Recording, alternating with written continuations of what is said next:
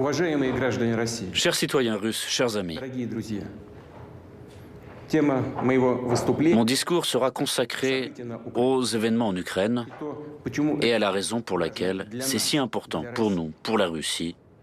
конечно, мое Bien entendu, mon allocution s'adresse également à nos compatriotes qui sont en Ukraine. говорить придется. Je vais devoir parler longtemps et en détail.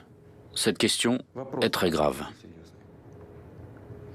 Ситуация. La situation dans le Donbass est de nouveau critique, grave. И сегодня Et aujourd'hui, je m'adresse à vous обращаюсь к вам напрямую, чтобы directement, не только для non seulement pour faire le point sur ce qui se passe, mais aussi pour vous informer des décisions qui sont prises et d'éventuelles étapes ultérieures sur cette voie. Еще раз подчеркну, Je voudrais souligner encore une fois que l'Ukraine n'est pas pour nous seulement un pays voisin.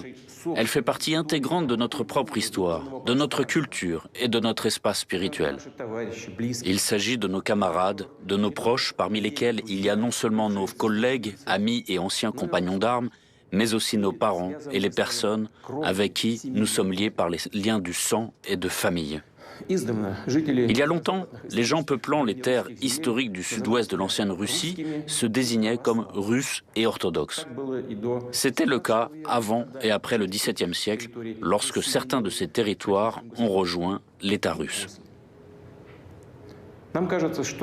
Il nous semble qu'en principe, nous savons tout cela, qu'il s'agit de faits connus de tous. Toutefois, pour comprendre ce qui se passe aujourd'hui, pour expliquer les motifs de la Russie et les objectifs que nous poursuivons, il faut dire au moins quelques mots sur l'histoire de cette question. Je vais commencer par le fait que l'Ukraine moderne a été entièrement créée par la Russie, ou plus précisément par la Russie bolchevique et communiste. Ce processus a commencé presque immédiatement après la révolution de 1917, et Lénine et ses compagnons l'ont fait d'une manière très grossière vis-à-vis de la Russie elle-même, par la voie de la séparation, de la sécession, en arrachant une partie des propres territoires qui étaient pour elle historiques. Les millions de personnes qui y vivaient, bien sûr, n'ont pas été interrogées sur quoi que ce soit. Ensuite, juste avant et après la Grande Guerre patriotique, Staline a rattaché à l'URSS et remis à l'Ukraine certaines terres qui appartenaient auparavant à la Pologne, à la Roumanie et à la Hongrie. En guise de compensation, Staline a donné à la Pologne une partie des territoires historiquement allemands, et en 1954, Khrouchtchev a pris la Crimée à la Russie pour une raison curieuse et en a également fait cadeau à l'Ukraine. En fait, c'est ainsi que s'est formé le territoire de l'Ukraine soviétique. Mais je voudrais maintenant accorder une attention particulière à la période initiale de la création de l'URSS. Je considère que c'est très important pour nous. Il va falloir, comme on dit, revenir assez loin en arrière. Permettez-moi de vous rappeler qu'après le coup d'État d'octobre 1917 et la guerre civile qui s'en est suivie, les bolcheviks ont commencé à construire un nouvel État et il y avait des désaccords assez profonds entre eux. Staline, qui cumulait en 1922 les fonctions de secrétaire général du comité central du Parti communiste des bolcheviks de Russie et de commissaire du peuple aux nationalités, proposa d'édifier le pays sur les principes de l'autonomisation, c'est-à-dire de conférer aux républiques, futures unités administratives et territoriales, des pouvoirs étendus lorsqu'elles rejoindraient l'État unifié. Lénine critiqua ce plan et proposa d'offrir des concessions aux nationalistes, ou comme il les appelait à l'époque, les indépendants. Ce sont ces idées léninistes d'une structure étatique essentiellement confédérative et le slogan sur le droit des peuples à l'autodétermination, jusqu'à la possibilité d'une sécession qui ont constitué la base de l'État soviétique. D'abord, en 1922, elles ont été consacrées dans la déclaration sur la création de l'Union des républiques socialistes soviétiques, et puis, après la mort de Lénine, dans la constitution de l'URSS de 1924. De nombreuses questions se posent immédiatement à cet égard. La première d'entre elles, et en fait la plus importante, est la suivante. Pourquoi fallait-il satisfaire n'importe quelle ambition nationaliste émergeant sans cesse dans les marches de l'ancien empire ? Céder d'immenses territoires à des unités administratives nouvellement créées et souvent configurées de manière arbitraire, République de l'Union, qui n'avaient aucun lien avec ceux-ci. Je le répète, les céder avec la population de l'ancienne Russie. De plus, dans les faits, ces unités administratives ont reçu le statut et la forme d'entité étatique nationale. Une fois de plus, je me demande pourquoi fallait-il faire des cadeaux aussi généreux dont même les nationalistes les plus ardents n'avaient même pas rêvé, et accorder aux républiques le droit de se séparer de l'État unifié sans aucune condition. À première vue, ça n'a pas de sens, c'est insensé. Mais ce n'est qu'à première vue. Il y a une explication. Après la Révolution, l'objectif principal des bolcheviks était de se maintenir au pouvoir à tout prix. Précisément, à tout prix. Pour cela, ils étaient prêts à tout. Consentir aux conditions humiliantes du traité de paix de Brest-Litovsk, à une époque où l'Empire allemand et ses alliés se trouvaient dans une situation militaire et économique très difficile, et l'issue de la Première Guerre mondiale était en fait prévisible. Ou satisfaire toutes les demandes, tous les caprices des nationalistes à l'intérieur du pays. Du point de vue du destin historique de la Russie et de ses peuples, les principes léninistes de construction de l'État n'étaient pas seulement une erreur. C'était, comme on dit, bien plus qu'une erreur. Après l'effondrement de l'URSS en 1991, c'est devenu absolument évident. Bien sûr, les événements du passé ne peuvent être changés, mais nous devons au moins les relater d'une manière directe et honnête, sans aucune réserve et sans aucune coloration politique. Je ne peux qu'ajouter que les motifs liés à la situation politique actuelle, aussi spectaculaires et avantageux qu'ils puissent paraître à un moment donné, ne doivent et ne peuvent en aucun cas constituer la base des principes fondamentaux de l'État. Je n'accuse actuellement personne de quoi que ce soit maintenant. La situation dans le pays à l'époque, après la guerre civile et juste avant celle-ci, était incroyablement complexe et critique. Tout ce que je veux dire aujourd'hui, c'est qu'il en allait ainsi. C'est un fait historique. En fait, comme je l'ai déjà dit, c'est la politique bolchevique qui a abouti à l'émergence de l'Ukraine soviétique, qui, même aujourd'hui, peut être qualifiée à juste titre d'Ukraine de Vladimir Lénine. C'est lui qui en est l'auteur et l'architecte. Cela peut être pleinement confirmé par les documents d'archives, y compris les directives sévères de Lénine sur le Donbass, qui a été littéralement inséré de force dans l'Ukraine. Et maintenant, des descendants reconnaissants ont démoli des statues de Lénine en Ukraine. Ils appellent cela la décommunisation. Vous voulez la décommunisation? Bon, cela nous arrange. Mais il ne faut pas s'arrêter en chemin. Nous sommes prêts à vous montrer ce qu'est la vraie décommunisation pour l'Ukraine. Pour en revenir à l'histoire de la question, je tiens à répéter qu'en 1922, l'URSS avait été créée sur le territoire de l'ancien empire russe. Cependant, la vie n'a pas tardé à montrer qu'il n'était tout simplement possible ni de préserver ce territoire vaste et complexe, ni d'assurer sa gestion sur des principes amorphes, de facto confédéraux, qui avaient été proposés. Ils n'avaient rien à voir avec la réalité, avec la tradition historique. Il est tout à fait logique que la terreur rouge et le passage rapide à la dictature stalinienne, la domination de l'idéologie communiste et le monopole du pouvoir du Parti communiste, la nationalisation et l'économie planifiée, que tout cela ait transformé les principes de l'organisation de l'État, déclarés inopérants, en simples déclarations, en formalités. La réalité est telle que les républiques soviétiques n'ont jamais bénéficié de droits souverains. Ces droits n'existaient tout simplement pas. Dans la pratique, c'est un État strictement centralisé, absolument unitaire qui a été créé. De facto, Staline a mis en place ses propres idées de l'organisation de l'État et non pas celles de Lénine. Mais il n'a pas amendé les principaux documents, la constitution du pays, et il n'a pas révisé formellement les principes de construction de l'URSS proclamés par Lénine.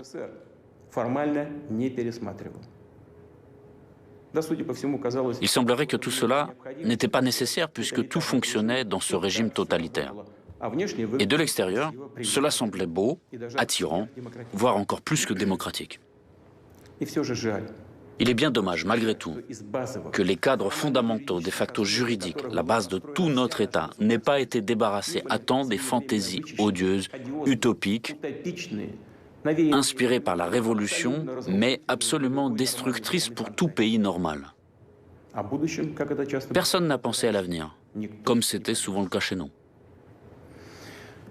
Il semblerait que les dirigeants du Parti communiste fussent sûrs d'avoir formé un système de gestion fiable, que leur politique eût définitivement réglé la question nationale.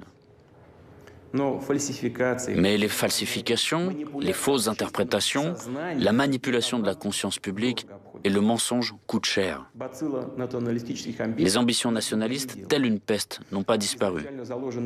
Et leur bombe à retardement érodait l'immunité de l'État contre le nationalisme. Je tiens à répéter que cette bombe à retardement, c'était le droit de quitter l'URSS. Au début des années 1980, la question nationale revêt un caractère pressant, avec à l'arrière-plan des problèmes socio-économiques qui ne cessent de s'exacerber et une évidente crise de l'économie planifiée. Or, cette question nationale résultait non pas des attentes et des aspirations insatisfaites des peuples de l'URSS, mais des appétits croissants des élites locales. Au lieu de procéder à un examen profond de la situation, de prendre des mesures adéquates, en premier chef en économie, au lieu d'entamer la transformation progressive, réfléchie et équilibrée du système politique et de l'organisation de l'État, les dirigeants du PCUS se sont bornés à un verbiage sur la restauration du principe d'autodétermination nationale énoncé par Lénine. Qui plus est, la lutte pour le pouvoir au sein du parti poussait les partis en conflit dont le but était d'élargir leur base d'appui, à stimuler, à promouvoir sans réfléchir les humeurs nationalistes, les manipuler en promettant aux partisans tout ce qu'ils voulaient. Sur fond de parlotte superflue et populiste sur la démocratie et l'avenir radieux, basé soit sur l'économie de marché, soit sur l'économie planifiée, alors que la pauvreté était omniprésente et le déficit total, personne parmi les grands de ce monde ne réfléchissait aux conséquences tragiques qui guettaient le pays. Par la suite, ils ont suivi les sentiers battus et, comme au tout début de l'URSS, ils ont privilégié les ambitions des élites nationalistes, grandies au sein du parti, et ils ont oublié que le PCUS ne pouvait plus, Dieu merci, recourir à de tels instruments comme la terreur d'État, la dictature stalinienne pour se maintenir au pouvoir et tenir le pays. De même, ils ont oublié que le si fameux rôle dirigeant du parti disparaissait sous leurs yeux, tout comme la brume qui se dissipe au petit matin. Et c'est ainsi qu'en septembre 1989, lors du plénum du comité central du PCUS, que le document fatal a été adopté. Ce qu'on a appelé la politique du parti de notre temps, la plateforme du PCUS. Elle comprenait les clauses suivantes. Je cite. Les républiques soviétiques jouissent de tous les droits correspondant à leur statut d'État socialiste souverain. Encore un paragraphe. Les organes représentatifs suprêmes des républiques soviétiques peuvent contester et suspendre les arrêts et les ordonnances du gouvernement soviétique sur leur territoire respectif. Et enfin, chaque république soviétique a sa nationalité propre qui est octroyée à tous ses citoyens. Est-ce qu'il n'était pas assez évident sur quoi déboucheraient de telles formulations et solutions ? Ce n'est pas le moment ni le lieu de soulever les questions relatives aux droits publics ou constitutionnels, de donner la définition de la notion de citoyenneté. Il y a pourtant une question qui se pose. Pourquoi avait-on besoin d'ébranler encore plus le pays alors que la situation était difficile? Les faits sont là. Ainsi, le sort de l'URSS était quasiment scellé déjà 2 ans avant son effondrement. C'est aujourd'hui que les radicaux et les nationalistes, surtout ukrainiens, s'attribuent les mérites de l'indépendance de l'Ukraine. Nous voyons que ce n'est pas du tout ça. L'effondrement de notre pays est dû aux erreurs historiques, stratégiques des leaders bolcheviques, des dirigeants du PCUS, qui ont été commises à différentes époques dans la construction de l'État, dans la politique économique et nationale. La désintégration de la Russie historique, dénommée URSS, pèse sur leur conscience. Malgré toutes les injustices, le mensonge et le pillage flagrant de la Russie, notre peuple, précisément le peuple, a reconnu les nouvelles réalités géopolitiques apparues après l'effondrement de l'URSS. Il a reconnu les nouveaux États indépendants. Non seulement il les a reconnus, car malgré la situation extrêmement compliquée, la Russie aidait ses partenaires de la CEI, les collègues ukrainiens compris, qui envoyaient de multiples demandes d'appui matériel depuis la déclaration de leur indépendance. Notre pays a octroyé un tel appui, tout en respectant la dignité et la souveraineté de l'Ukraine. Selon les experts, dont les appréciations sont confirmées par un simple calcul des prix sur nos hydrocarbures, des crédits préférentiels, des préférences économiques et commerciales octroyées par la Russie à l'Ukraine, sur la période de 1991 à 2003, le budget ukrainien a bénéficié d'à peu près 250 milliards de dollars. Et ce n'est pas tout. Vers la fin de 1991, la dette de l'URSS auprès des pays étrangers et des fonds internationaux était de presque 100 milliards de dollars. Au début, il était prévu que ces prêts seraient remboursés par toutes les républiques de l'ex-URSS de manière solidaire, proportionnellement à leur potentiel économique. Cependant, c'est la Russie qui s'est acquittée de l'ensemble de la dette soviétique. Ce processus a été définitivement clos en 2017. En échange, les nouveaux États indépendants devaient renoncer à leur part des actifs soviétiques à l'étranger et en décembre 1994, des accords en ce sens ont été conclus avec l'Ukraine. Cependant, Kiev n'a pas ratifié ces accords et plus tard a tout simplement refusé de s'y conformer, réclamant des actifs en diamants et en or, ainsi que les biens et d'autres actifs de l'ex-URSS à l'étranger. Et pourtant, malgré tous les problèmes bien connus, la Russie a toujours coopéré avec l'Ukraine de façon ouverte, franche et, je le répète, dans le respect de ses intérêts. Nos liens se sont développés dans divers domaines. Ainsi, en 2011, le volume de nos échanges commerciaux bilatéraux dépassait 50 milliards de dollars. Je note qu'en 2019, c'est-à-dire avant la pandémie, le volume des échanges commerciaux de l'Ukraine avec les pays de l'Union européenne était inférieur à ce niveau. Dans le même temps, il était manifeste que les autorités ukrainiennes préfèrent agir de manière à avoir tous les droits et les avantages dans leurs relations avec la Russie, sans pour autant remplir aucune obligation. L'esprit d'assistanat, qui revêtait parfois chez les autorités de Kiev un caractère tout à fait désinvolte, a commencé à prévaloir sur le partenariat. Il suffit de se rappeler le chantage permanent en matière de transit de l'énergie ou encore le vol pur et simple de gaz. J'ajouterai encore que Kiev a essayé d'utiliser le dialogue avec la Russie comme prétexte pour marchander avec l'Occident, le faisant chanter par un rapprochement avec Moscou pour obtenir des avantages, disant que sinon, l'influence russe sur l'Ukraine allait grandir.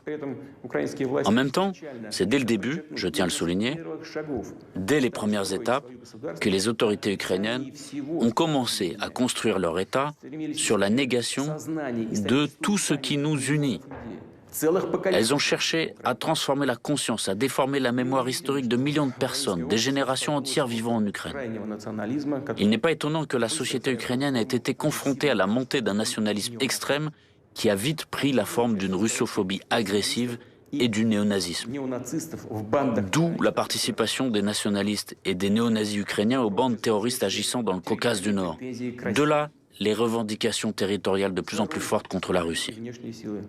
Des forces extérieures ont également joué leur rôle, qui, à l'aide d'un vaste réseau d'ONG de services spéciaux, ont cultivé leur clientèle ukrainienne et porté au pouvoir leurs représentants. Il faut comprendre que l'Ukraine, en fait, n'a jamais eu de tradition étatique stable. Et dès 1991, elle s'est lancée dans le copiage mécanique des systèmes d'autres pays, sans rapport avec l'histoire et les réalités ukrainiennes. Les institutions politiques étatiques n'ont cessé de se remodeler au profit des clans qui s'étaient vite formés avec leurs propres intérêts égoïstes, n'ayant rien à voir avec les intérêts du peuple ukrainien. Le sens même du soi-disant choix pro-occidental de civilisation fait par les autorités oligarchiques ukrainiennes n'était pas et n'est pas de créer les meilleures conditions pour le bien-être du peuple,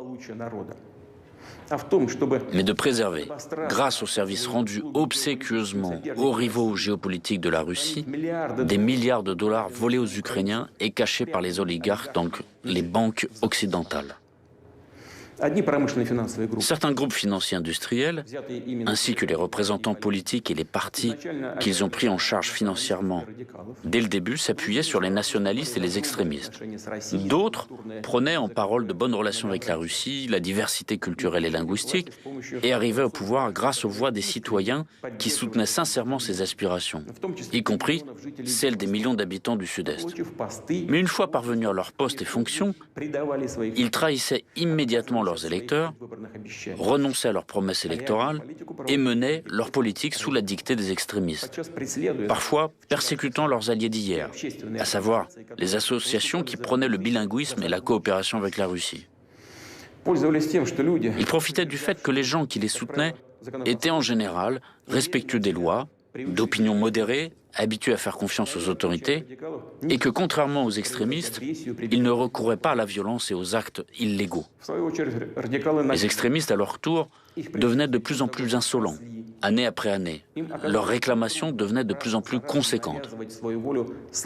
Il s'est avéré facile pour eux d'imposer encore et encore leur volonté aux autorités faibles qui, elles-mêmes infectées par le virus du nationalisme et de la corruption, remplacer avec adresse les véritables intérêts culturels, économiques et sociaux du peuple, la véritable souveraineté de l'Ukraine, par toutes sortes de spéculations et sur une base nationaliste et par des symboles ethnographiques.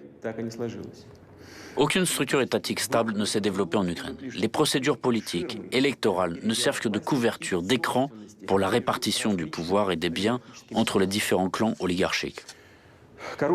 La corruption, qui sans aucun doute est un défi et un problème pour de nombreux pays, dont la Russie, a revêtu un caractère tout à fait particulier en Ukraine. Elle a littéralement imprégné, corrodé tout le système, toutes les branches du pouvoir. Les extrémistes ont profité du mécontentement justifié du peuple, ils ont enfourché les manifestations et en 2014 ont poussé le Maïdan au coup d'État. Dans le même temps, ils ont reçu une assistance directe d'autres pays. Selon les informations disponibles, le soutien financier accordé aux soi-disant camps de protestation sur la place de l'indépendance à Kiev par l'ambassade des États-Unis s'est élevé à $1 million par jour. Des sommes supplémentaires assez importantes étaient insolemment versées directement sur les comptes bancaires des leaders de l'opposition. Il s'agit de dizaines de millions de dollars. Et combien les personnes blessées, les familles des gens morts durant les affrontements provoqués dans les rues et sur les places de Kiev et d'autres villes ont-elles reçu? Il vaut mieux ne pas le demander.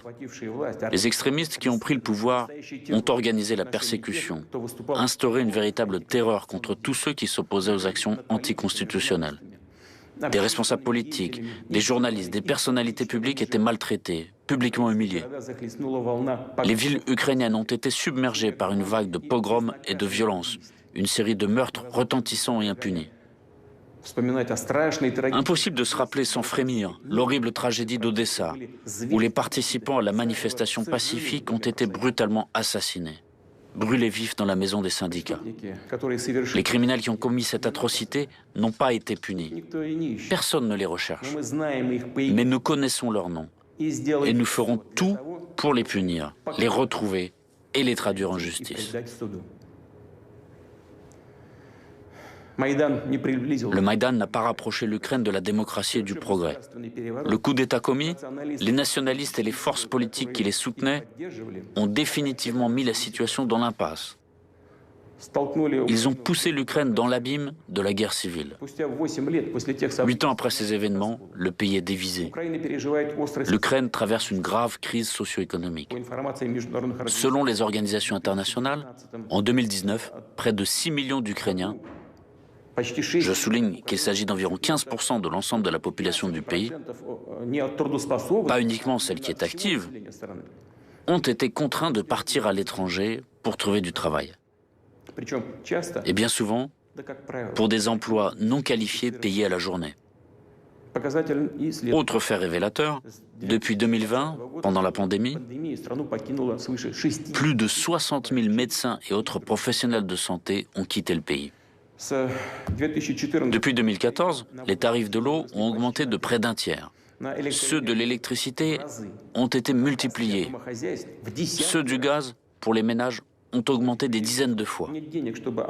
Beaucoup de gens n'ont tout simplement pas d'argent pour payer les services communaux. Ils sont obligés de survivre, littéralement. Que s'est-il passé? Pourquoi tout cela se passe-t-il? La réponse est évidente, parce que la dot reçue non seulement de l'ère soviétique, mais encore de l'Empire russe, a été engouffrée et répartie dans les poches de certains. Des dizaines et des centaines de milliers d'emplois ont été détruits, et ces emplois, grâce notamment à une coopération étroite avec la Russie, permettaient aux gens d'avoir un revenu stable et d'apporter des recettes fiscales. Des industries telles que la construction mécanique, la construction d'équipements, l'industrie électronique, les constructions navales et aéronautiques, soit sont en stagnation, soit ont été complètement détruites, alors qu'elles étaient autrefois un motif de fierté non seulement de l'Ukraine, mais de l'Union soviétique tout entière. Le chantier naval de la mer Noire de Nikolaev a été liquidé en 2021, là où les premiers chantiers navals avaient été fondés sous Catherine II. Le célèbre consortium Antonov n'a produit aucun avion de série depuis 2016. Et l'usine Yuzhmash, spécialisée dans la production de matériel spatial et de fusées, s'est trouvée au bord de la faillite, tout comme la série de Kremenchuk. Cette triste liste n'est pas exhaustive. En ce qui concerne le système de transport de gaz créé par toute l'Union soviétique, il s'est tellement détérioré que son fonctionnement comporte de grands risques et des dommages environnementaux. Et à cet égard, une question se pose. La pauvreté, le désespoir, la perte de potentiel industriel et technologique. Est-ce ce fameux choix de civilisation pro-occidentale qui, depuis de nombreuses années, est utilisé pour tromper et duper des millions de personnes en leur promettant le jardin d'Éden? En réalité, tout s'est résumé au fait que l'effondrement de l'économie ukrainienne s'accompagne d'un pillage ouvert des citoyens du pays. Et l'Ukraine elle-même a simplement été conduite sous contrôle externe. Il s'effectue non seulement sur ordre des capitales occidentales, mais aussi, comme on dit, directement sur place, à travers tout un réseau de conseillers étrangers, d'organismes à but non lucratif et d'autres institutions déployées en Ukraine. Ils influent directement toutes les décisions en matière du personnel, toutes les branches et les niveaux de pouvoir, du pouvoir central jusqu'au pouvoir municipal, les sociétés publiques et les grandes entreprises telles que Naftogaz, Ukrenergo, les chemins de fer ukrainiens, Ukroboronprom, la poste ukrainienne, l'administration des ports maritimes de l'Ukraine. Il n'y a tout simplement pas de justice indépendante en Ukraine. À la demande de l'Occident, les autorités de Kiev ont cédé aux représentants des organisations internationales le droit prioritaire de choisir les membres des organes judiciaires supérieurs, le Conseil de justice et la Commission de qualification des juges. En outre, l'ambassade des États-Unis supervise directement l'Agence nationale pour la prévention de la corruption, le Bureau national anticorruption, le Bureau du procureur spécialisé dans la lutte contre la corruption et la Cour supérieure anticorruption. Tout cela est fait sous de bons prétextes, pour améliorer l'efficacité de la lutte contre la corruption. C'est bien joli, mais où sont les résultats? La corruption qui fleurissait auparavant fleurit aujourd'hui de plus belle. Les Ukrainiens eux-mêmes sont-ils informés de toutes ces méthodes de gestion? Comprennent-ils que leur pays ne se trouve même pas sous un protectorat politique et économique, mais est réduit au niveau d'une colonie avec un régime fantoche? La privatisation de l'État a conduit au fait que le pouvoir, qui se qualifie de pouvoir de patriote, a perdu son caractère national et pas à pas amène le pays à la perte totale de souveraineté. Le cap est maintenu vers une dérussification et une assimilation forcée. La Rada publie sans cesse de nouveaux actes discriminatoires.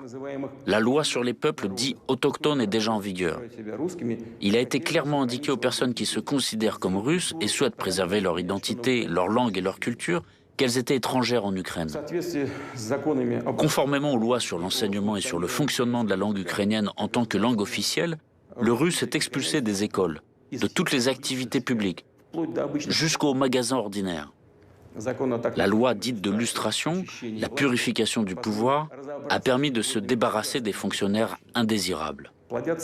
Il y a de plus en plus d'actes qui donnent aux forces de l'ordre ukrainiennes des raisons d'exercer une répression violente de la liberté d'expression et du non-conformisme et de persécuter les opposants.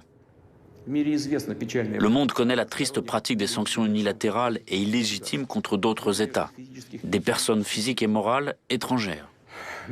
En Ukraine, ils ont dépassé leurs professeurs occidentaux et ont inventé un outil tel que des sanctions contre leurs propres citoyens, entreprises, chaînes de télévision, autres médias et même des députés du Parlement. À Kiev, ils continuent de préparer les représailles contre l'Église orthodoxe ukrainienne du patriarcat de Moscou. Et ce n'est pas une évaluation mue par les émotions, c'est ce que disent les décisions et les documents concrets. Les autorités ukrainiennes ont cyniquement transformé la tragédie de la scission ecclésiale en un outil de politique nationale. Les dirigeants actuels du pays ne répondent pas aux demandes des citoyens ukrainiens d'abroger les lois qui portent atteinte aux droits des croyants. De plus, de nouveaux projets de loi qui vont contre les intérêts du clergé et des millions de paroissiens de l'Église orthodoxe ukrainienne du patriarcat de Moscou ont été enregistrés à la Rada. Je parlerai de la Crimée plus spécifiquement. Les habitants de la péninsule ont fait leur libre choix, celui d'être avec la Russie. Les autorités de Kiev n'ont rien à opposer à cette volonté claire et précise de la population. C'est pourquoi elles misent sur des actions agressives, sur l'activation des cellules extrémistes, y compris des organisations islamiques radicales, sur l'envoi de groupes subversifs pour l'organisation d'attentats contre des infrastructures critiques, pour l'enlèvement de citoyens russes. Nous avons des preuves directes que de telles actions agressives sont menées avec le soutien de services secrets étrangers. L'Ukraine a adopté une nouvelle stratégie militaire en mars 2021. Ce document est presque entièrement consacré à la confrontation avec la Russie.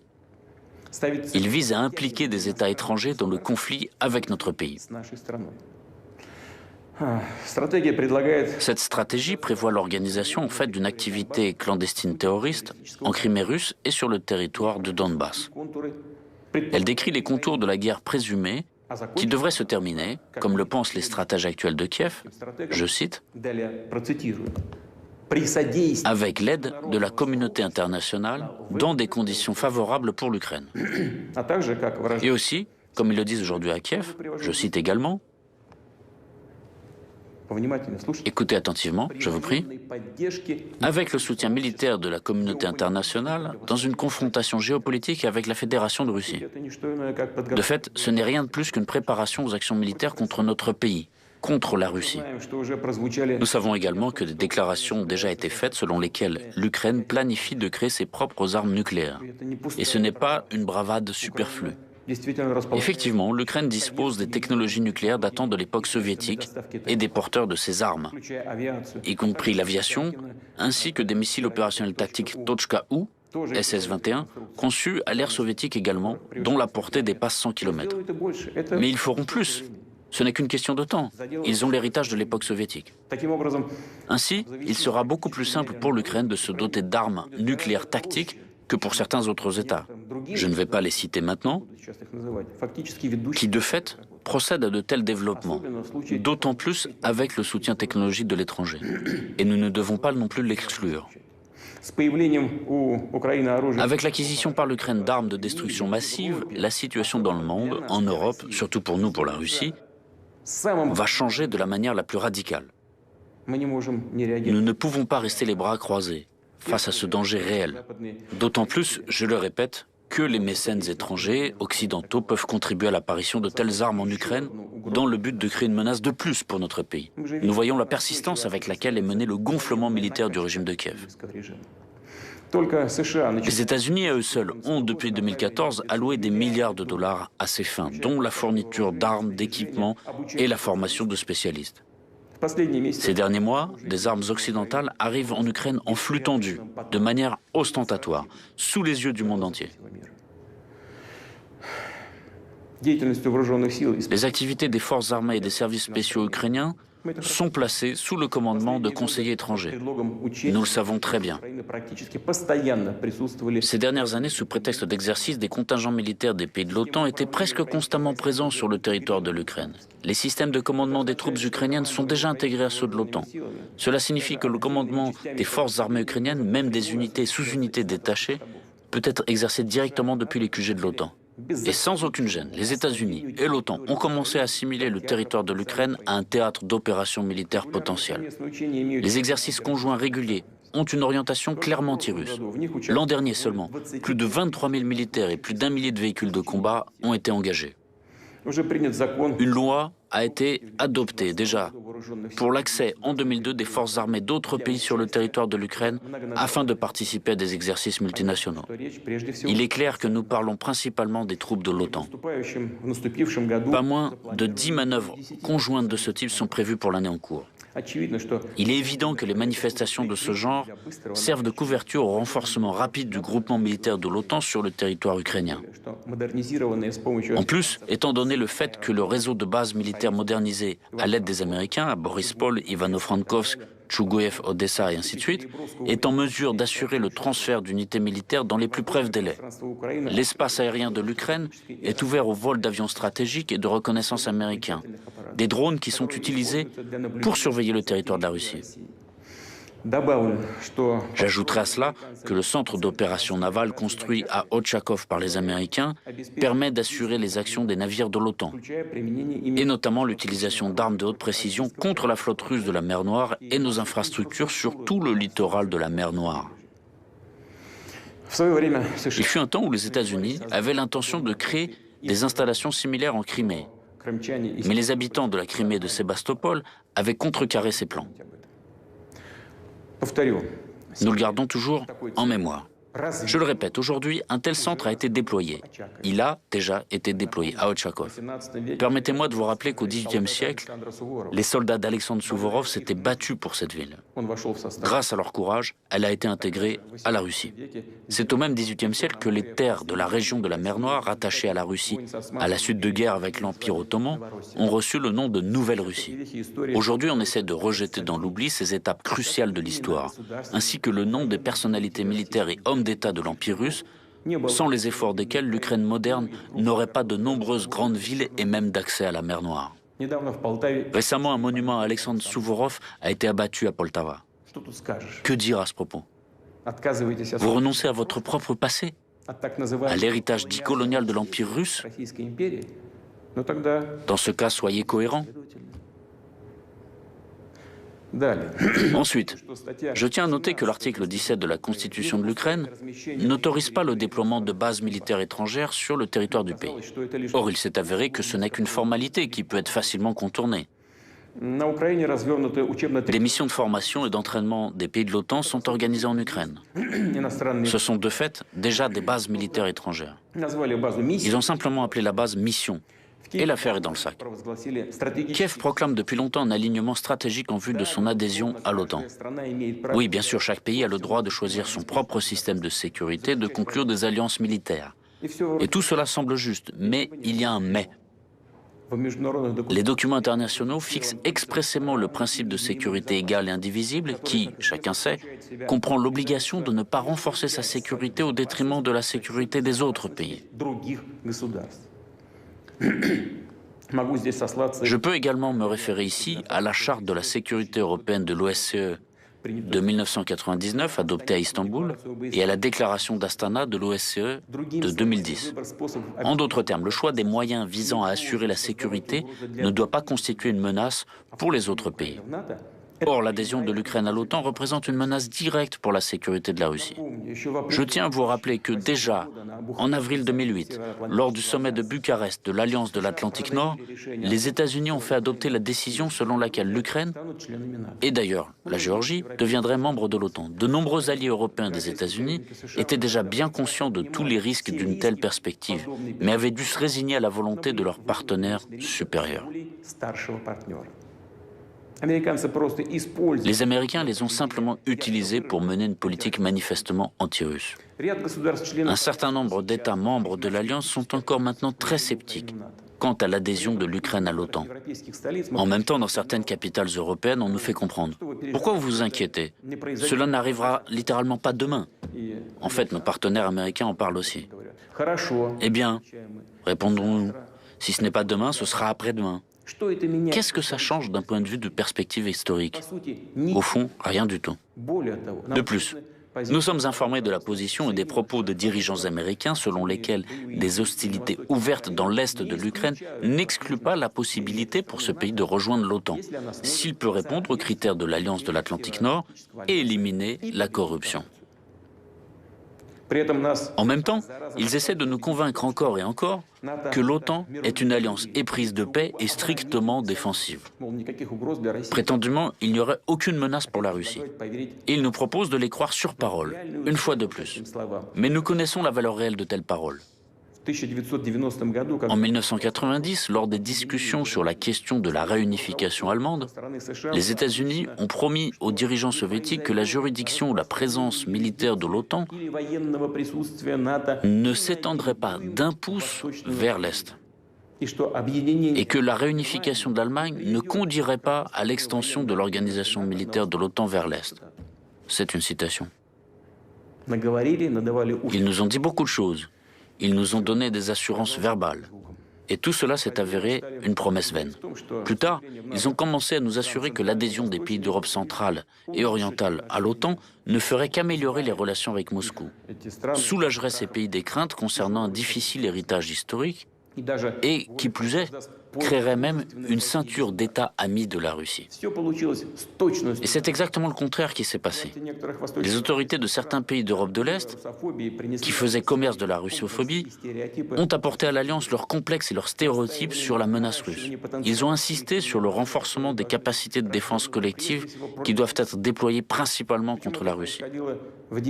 Et tout cela s'est produit dans les années 1990 et au début des années 2000, lorsque, grâce à la transparence et à notre bonne volonté, les relations entre la Russie et l'Occident étaient à un niveau élevé. La Russie a rempli toutes ses obligations. Notamment, elle a retiré ses troupes d'Allemagne, des pays d'Europe centrale et orientale, et a ainsi apporté une énorme contribution pour surmonter l'héritage de la guerre froide. Nous avons constamment proposé différentes options de coopération, y compris dans le cadre du Conseil Russie-OTAN et de l'OSCE. De plus, je dirais maintenant une chose dont je n'ai jamais parlé en public. Je le dis pour la première fois. En 2000, lors d'une visite à Moscou du président sortant des États-Unis, Bill Clinton, je lui ai demandé comment les États-Unis considéreraient l'entrée de la Russie dans l'OTAN. Je ne vais pas révéler tous les détails de cette conversation, mais la réponse à ma question semblait, disons, très retenue. Et quelle était réellement la réaction des Américains face à cette possibilité? Ça se voit dans les faits, dans les mesures prises à l'égard de notre pays. Il s'agit d'un soutien ouvert aux terroristes du Caucase du Nord, d'un mépris de nos exigences et de nos préoccupations en matière de sécurité. C'est l'extension de l'OTAN, le retrait du traité ABM, etc. Ça donne envie de demander, pourquoi faites-vous tout cela? D'accord, vous ne voulez peut-être pas voir en nous un pays ami et un allié, mais pourquoi faire de nous un ennemi? Il n'y a qu'une réponse. Ça n'a rien à voir avec notre régime politique ni autre chose. Ils ne veulent tout simplement pas qu'il y ait un grand pays indépendant comme la Russie. C'est la réponse à toutes les questions. C'est la source de la politique américaine traditionnelle vis-à-vis de la Russie. D'où l'attitude à l'égard de toutes nos propositions en matière de sécurité. Aujourd'hui, il suffit de jeter un simple coup d'œil sur la carte pour voir comment les pays occidentaux ont tenu leur promesse d'empêcher l'extension de l'OTAN vers l'Est. En fait, ça a été une tromperie. Nous avons assisté à 5 vagues d'élargissement de l'OTAN, l'une après l'autre. En 1999, la Pologne, la République tchèque, la Hongrie sont devenus membres de l'Alliance. En 2004, la Bulgarie, l'Estonie, la Lettonie, la Lituanie, la Roumanie, la Slovaquie et la Slovénie. En 2009, l'Albanie et la Croatie. En 2017, le Monténégro. En 2020, la Macédoine du Nord. En conséquence, l'Alliance, son infrastructure militaire, sont parvenues jusqu'aux frontières de la Russie. C'est devenu l'une des principales causes de la crise de la sécurité européenne. Cela a eu les conséquences les plus négatives sur l'ensemble du système des relations internationales et a entraîné une perte de confiance mutuelle. La situation continue de se dégrader, notamment sur le plan stratégique. Ainsi, en Roumanie et en Pologne, dans le cadre du projet américain visant à créer un système global de défense antimissile, des zones de positionnement pour le bouclier antimissile sont déployées. On sait bien que les systèmes de lancement installés ici peuvent être utilisés pour les missiles de croisière Tomahawk, qui sont des systèmes offensifs. En outre, un missile universel de standard 6, ou SM-6, est en cours de conception aux États-Unis. Il peut servir à des missions de défense antiaérienne et antimissiles, et en même temps peut frapper des cibles universelles, que ce soit à la surface de la mer ou sur terre. C'est-à-dire que le système antimissile américain, prétendument défensif, se développe et de nouvelles opportunités offensives apparaissent. Les informations dont nous disposons donnent de bonnes raisons de croire que l'adhésion de l'Ukraine à l'OTAN et le déploiement ultérieur des installations de l'Alliance nord-atlantique là-bas est une question déjà résolue. C'est une question de temps. Nous comprenons clairement qu'avec un tel scénario, le niveau de menace militaire pour la Russie augmentera considérablement. Et j'attire particulièrement votre attention sur le fait que le danger d'une frappe soudaine contre notre pays augmentera fortement. Je tiens à expliquer que dans les documents américains de planification stratégique, il s'agit bien de documents, la possibilité d'une attaque dite préventive contre les complexes de missiles ennemis est prescrite. Et nous savons qui est le principal adversaire pour les États-Unis et l'OTAN. C'est la Russie. Dans les documents de l'OTAN, notre pays est officiellement, explicitement désigné comme la menace principale pour la sécurité euro-atlantique. Et l'Ukraine servira de champ de bataille pour cela. Si nos ancêtres avaient entendu ça, ils n'y auraient tout simplement pas cru. Et nous-mêmes, on n'aimerait pas y croire aujourd'hui. Et pourtant, c'est ce qu'on voit se produire. Je veux que cela soit compris en Russie et en Ukraine. De nombreuses bases aériennes ukrainiennes sont situées à proximité de nos frontières. Et l'aviation tactique de l'OTAN qui est sur place, y compris avec des vecteurs d'armes de précision, sont capables de frapper notre territoire jusqu'aux villes de Volgograd, Kazan, Samara, Astrakhan. Le déploiement de radars de reconnaissance sur le territoire ukrainien permettra à l'OTAN de contrôler étroitement l'espace aérien de la Russie jusqu'à l'Oral. Enfin, après que les États-Unis ont rompu le traité sur les forces nucléaires à portée intermédiaire, le Pentagone a commencé à développer ouvertement toute une gamme de systèmes de frappe basés au sol, y compris des missiles balistiques capables d'atteindre des cibles situées à des distances allant jusqu'à 5500 km. Une fois déployés en Ukraine, ces systèmes pourront frapper des objectifs sur l'ensemble de la partie européenne de la Russie, ainsi qu'au-delà de l'Oural. Le temps de vol jusqu'à Moscou pour les missiles de croisière Tomahawk serait inférieur à 35 minutes. Pour les missiles balistiques depuis la région de Kharkov, de 7 à 8 minutes. Et pour les frappes hypersoniques, de 4 à 5 minutes. Ça s'appelle nous mettre le couteau sous la gorge. Il ne fait pour moi aucun doute qu'ils comptent bien réaliser ces projets, tout comme ils l'ont fait d'autres fois au cours des dernières années, en élargissant la présence de l'OTAN vers l'Est, en poussant les infrastructures et les équipements militaires vers les frontières de la Russie, en ignorant complètement nos préoccupations, nos protestations et nos avertissements. Excusez-moi, ils crachaient dessus en faisant tout ce qui leur plaisait, comme bon leur semblait. Bien sûr, ils entendent continuer à agir de la sorte, guidés par le proverbe bien connu « Le chien aboie, la caravane passe ».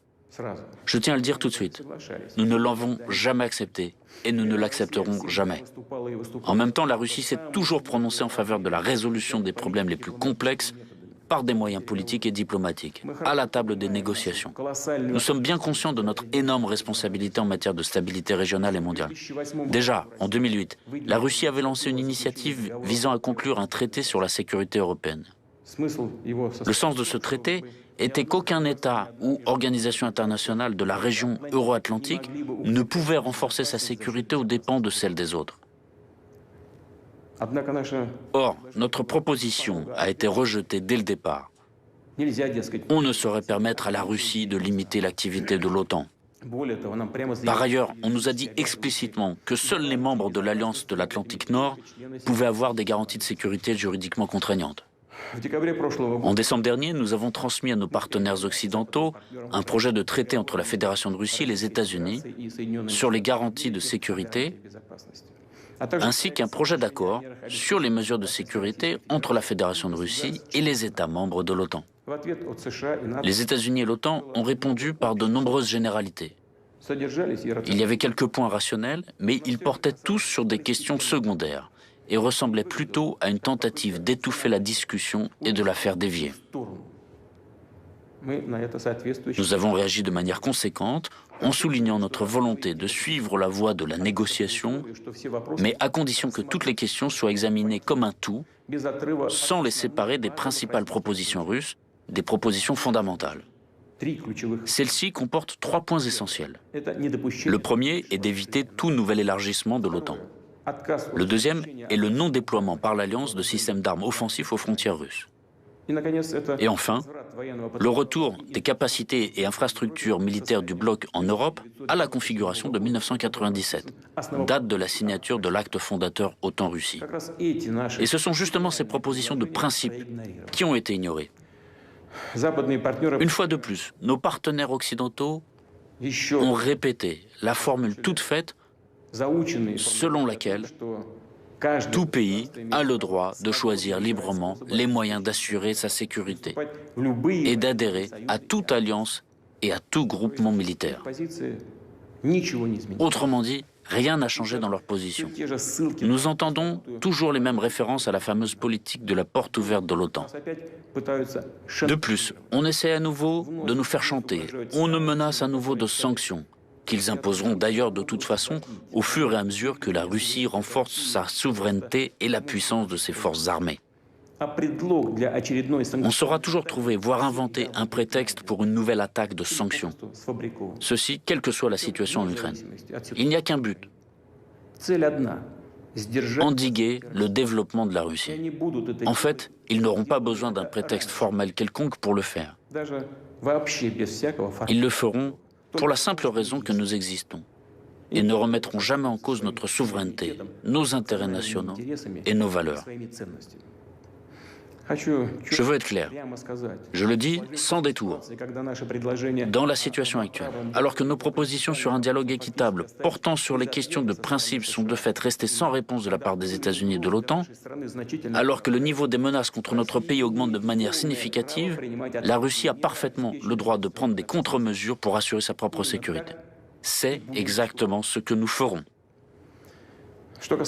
En ce qui concerne la situation dans le Donbass, nous constatons que les dirigeants de Kiev ne cessent de déclarer publiquement leur réticence à appliquer le paquet de mesures de Minsk afin de résoudre le conflit et laissent comprendre qu'ils ne sont pas intéressés par une solution pacifique.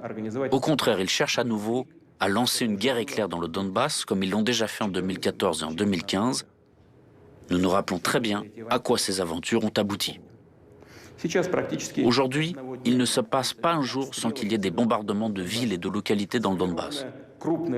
Un groupement militaire important déployé à cette fin utilise en permanence des drones d'attaque, des équipements lourds, des missiles, de l'artillerie et des lance-roquettes multiples. Le meurtre de civils, le blocus, les mauvais traitements infligés aux personnes, y compris les enfants, les femmes et les personnes âgées, se poursuivent sans relâche. Et on n'en voit pas la fin. Et le monde prétendument civilisé, dont nos collègues occidentaux se sont autoproclamés les seuls représentants, préfère ne pas s'en apercevoir.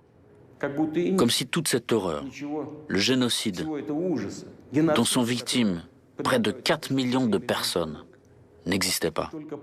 Ceci pour la simple raison que ces personnes n'étaient pas d'accord avec le coup d'État soutenu par l'Occident en Ukraine en 2014 et se sont opposés à cette dérive vers le nationalisme agressif de caverne et le néonazisme élevés tous les deux au rang de politique d'État. Et parce qu'ils se battent pour leurs droits élémentaires ceux de vivre sur leur propre terre, de parler leur propre langue, de préserver leur culture et leurs traditions. Combien de temps cette tragédie peut-elle encore durer? Combien de temps peut-on encore la tolérer? La Russie a tout fait pour préserver l'intégrité territoriale de l'Ukraine.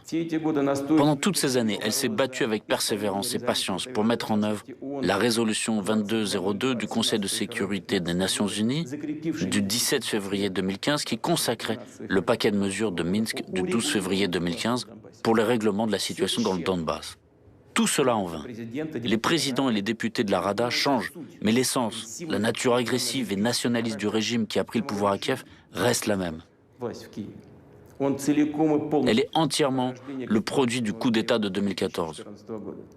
Et ceux qui ont emprunté la voie de la violence, de l'effusion de sang et de l'illégalité ne reconnaissent et ne reconnaîtront aucune autre solution à la question du Donbass qu'une solution militaire. À cet égard, je considère qu'il est nécessaire de prendre la décision qui s'impose depuis longtemps, c'est-à-dire de reconnaître immédiatement l'indépendance et la souveraineté de la République populaire de Donetsk et de la République populaire de Lugansk. Je demande à l'Assemblée fédérale de la Fédération de Russie de soutenir cette décision et de ratifier ensuite des traités d'amitié et d'assistance mutuelle avec les deux républiques. Ces deux documents seront préparés et signés le plus rapidement possible. Quant à ceux qui ont pris et détiennent le pouvoir à Kiev, nous exigeons qu'ils cessent immédiatement les hostilités. Dans le cas contraire, toute la responsabilité de la poursuite éventuelle de l'effusion de sang reposera entièrement sur la conscience du régime au pouvoir en Ukraine. En annonçant ces décisions prises aujourd'hui, je suis confiant dans le soutien des citoyens de Russie et de toutes les forces patriotiques du pays. Je vous remercie pour votre attention. Bonjour à tous, je vous en prie.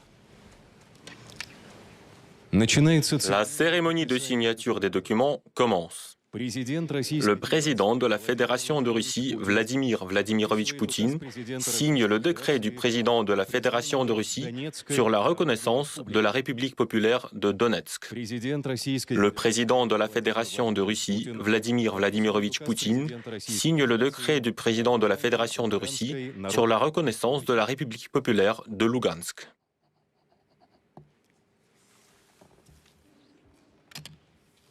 Le président de la Fédération de Russie, Vladimir Vladimirovitch Poutine, et le président de la République populaire de Donetsk, Denis Vladimirovitch Pouchilin, signent un accord d'amitié, de coopération et d'assistance mutuelle entre la Fédération de Russie et la République populaire de Donetsk.